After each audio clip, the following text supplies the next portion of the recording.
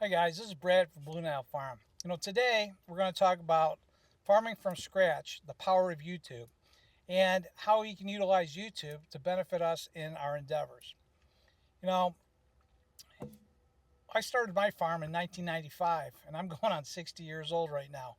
And in 1995, when I was 30 years old, trying to figure out how to get started in farming because I didn't get the family farm. I bought land and there was basically nothing on it. And I kind of only had an idea in my head of how to get started. And there's really nothing out there at the time because the internet really wasn't set up. It was just in its initial stages. Basically, back in '95, people were using, you know, uh, computer programs that weren't too advanced, and everybody was using floppy disks. Um, People were running off of cell phones, and basically cell phones and smart technology didn't exist either. So things were pretty tough. And if you wanted to get any information, you'd actually have to go to the library or order books or read magazines to get started. And it was really tough to really find out about farming and how to get started. And I went to my extension agent at the time and I said, "Hey, how do you get started in farming?" And nobody has the answer. Nobody wanted to give you that answer. So it was pretty tough to learn the things that you needed to learn, and so you learn the hard way. You just go out and you buy equipment, and you just get started, and you either fumble through it, and if it works for you, it works, and if it doesn't, it doesn't. And it really was a very poor recipe for success, and it made things a lot tougher. And the other thing too is a lot of times you get involved with different topics that you're not really familiar with. So when we talk about the power of YouTube, YouTube started in 2005. And I personally did not get involved with YouTube myself until 2017, 2018 for a couple different reasons. One, I wasn't really too technologically advanced. Number two is YouTube was still being developed and was starting to really set home. And I think most people around 2017 really started to get involved with YouTube to actually start to watch it and to learn a lot of things because a lot of times smartphones were coming around into play and people were getting access off the phones around that time frame.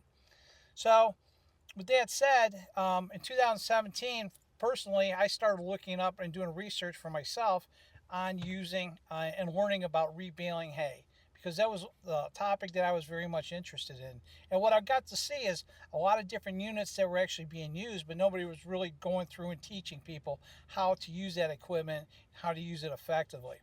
But I started doing a lot of my researching starting around 2017 on that, and then I started looking at about hay production, different balers that are on the market, and learning a lot about farming in general on topics that I had an interest in.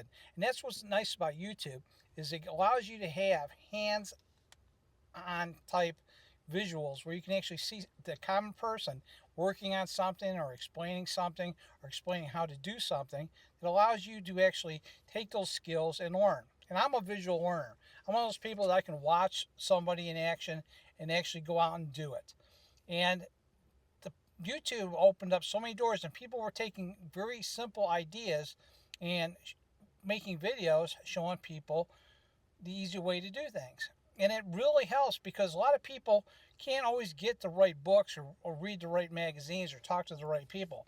And a lot of times, I think a lot of people aren't out there to really support you. They might kind of humor you and give you some basic information, but they don't really give you the information you're really looking for.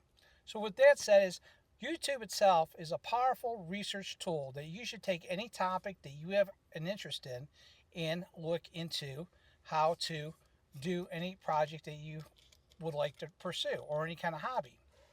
And I think that a lot of people don't use it in that way. And let me give you an example. So,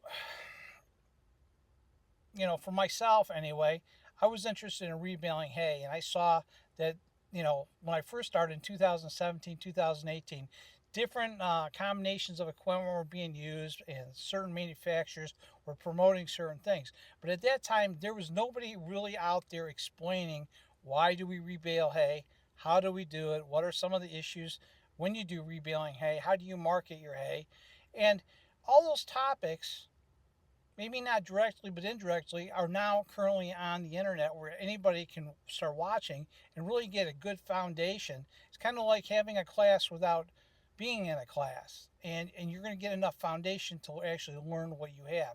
And whether you agree with what somebody says or doesn't, it still gives you foundation. And that's where I think YouTube is such a key. The internet's improved too, and it still gives you a lot of written material, but YouTube gives you that sense of video and video education, and I think that makes farming valuable. So when you start to getting involved in farming and try to figure out niches that you want to get into, like say you want to raise sheep, or say you want to build a barn, or say you want to make a driveway, all those topics are covered, and you need to really delve into using YouTube to your advantage to get enough foundation before you start doing any enterprise or even think about living the country life. Because the country life that you can learn about before you actually get out there is going to be very important. Because, one of the things and why I started the series is because there's a lot of mistakes that I've made. And I think that today with technology, anybody can go out and watch a bunch of YouTube videos and do some internet and then actually go out and do some other forms of research before you actually make these decisions and drop a lot of money. Farming and living a country life is not simple, and it is very not cheap. And there's different things you may want to pursue, but you want to do it correctly, and you don't want to waste your money, and every dollar should count. And I've learned one thing, that if I would do things differently, one of the things is I would start not so small. I would just pretty much buy what I need and get started the first time and do it right, instead of trying to grow into something, because sometimes that way just slows you down and you're fighting for success. So if you had the opportunity for somebody to explain it to you and explain why and how to do something well, that is better than having nobody explain anything to you. And that's why I think that is really beneficial. So YouTube, what you can learn, it's just off the charts. So utilize that in researching and how to live a country lifestyle and how to start farming from scratch. I don't care what you do, that should be kind of like a form of entertainment. Every aspect of the farming scenario, look it up and watch YouTube videos. You will be tenfold great in better shape by doing that than to wing it out of the blue. I also, when I was a kid, we were involved with farming when I was 15, 18 years old, and, I did hay, I did some hay baling then, but now we're already, 30 years later, technology's changed a lot, and the market of hay has changed a lot, and doing things a different way has changed a little bit. But unfortunately, a lot of things you learn go back full circle, and old technology still exists, just they have a different marketing edge to certain things as well. And some of the equipment has gotten bigger, but it's gotten more costly. So, so for this episode, what I'm trying to promote is YouTube, because YouTube is a great resource and it's cheap. It doesn't cost you anything. And that's kind of the reason why I started a YouTube channel, because of all the knowledge and things that I've learned. And I think that sometimes I want to be one of those people that can explain things a little bit better. And hopefully it comes across in a positive way where somebody can learn from me and have the edge that I never had. And, that would be my legacy. If I died tomorrow, at least if I can help a few people out there to get started, it's worthwhile. Now, for myself, I'm not a big farmer. I own 32 acres. I farm about 150 some acres. I work a full-time job in law enforcement. I don't have time to go out and do this as a full-time living. And that's something I really wanted to do my entire life, is become a full-time farmer. But unfortunately, I'm like everybody else out there. To farm takes money. And got to have a full-time job to start farming, because I'm starting from scratch. And I didn't get my mommy or daddy's property. I had to go out and buy my own. So I built everything. I started from scratch. I started with no equipment, no buildings, no house, bought some raw land, and I developed it without the help of YouTube. And if I would have had the help of YouTube, I would have been 10 times better off than where I am now. And that's my biggest suggestion to somebody if I was looking to get started in farming. Get in on the YouTube bandwagon.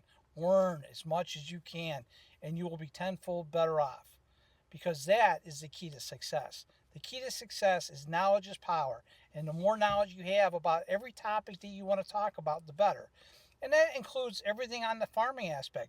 If you're building a farm from scratch, you want to build the right driveway. You want to have your house laid out properly. If you want to learn about land clearing, it's very vital to what you do. How to find the right farm ground before you even purchase a house. That's very important. If you're looking for an ag lifestyle and you want to raise livestock and you don't know anything about it, that'll help you out. Types of fencing, how to put up fencing.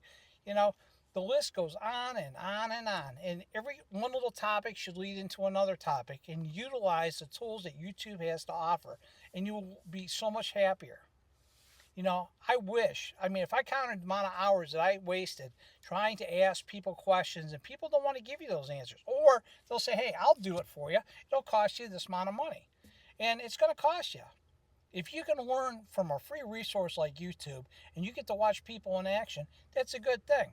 You know, and that makes life so much better. And you'll be tenfold greater for it.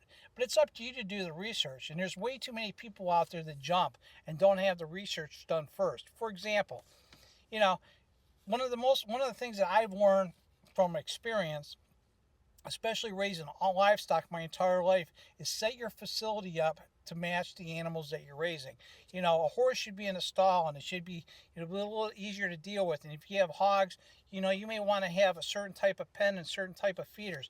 You know, you want to do things that are beneficial to the operation that you're doing, as well as the animals you're raising, to make it easy to raise those animals and to be successful. And if you don't have the right equipment and the right facility and the right buildings, you're fighting an uphill battle. And that's why I say YouTube is great, because you can watch what other people have done and talk about their success stories and how they do things and ways to make it worthwhile. And it doesn't matter if you're farming for profit or whether you're just trying to be sustainable and do it for your own enjoyment.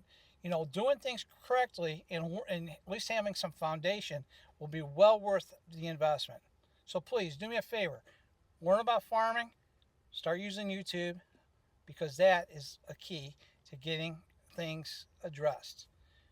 And that is my suggestion and the end of this episode of how to farm from scratch using the power of YouTube, because YouTube can open up so many more doors, and those are things that, again, I never had when I was getting started. But I utilize it now. I utilize it for all kinds of things. Anytime I have a question, or maybe I need an equipment review or a tool review, you know, I use YouTube, and that helps me on my endeavors.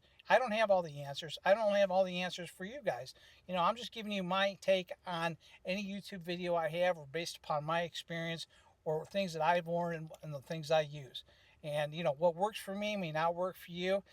Where you live in the country is going to dictate too. If you live out west, you may not have any interest in what happens in the Midwest. And if you live down in Florida, what I say up north may not relate to you either. But regardless, we're all doing relatively the same thing. You just need to learn specific skills that work not only for you, but your own area. And the other thing too is, in my belief in farming, is that you're an individual, and how you run your farm doesn't have to be the same as how somebody else does it.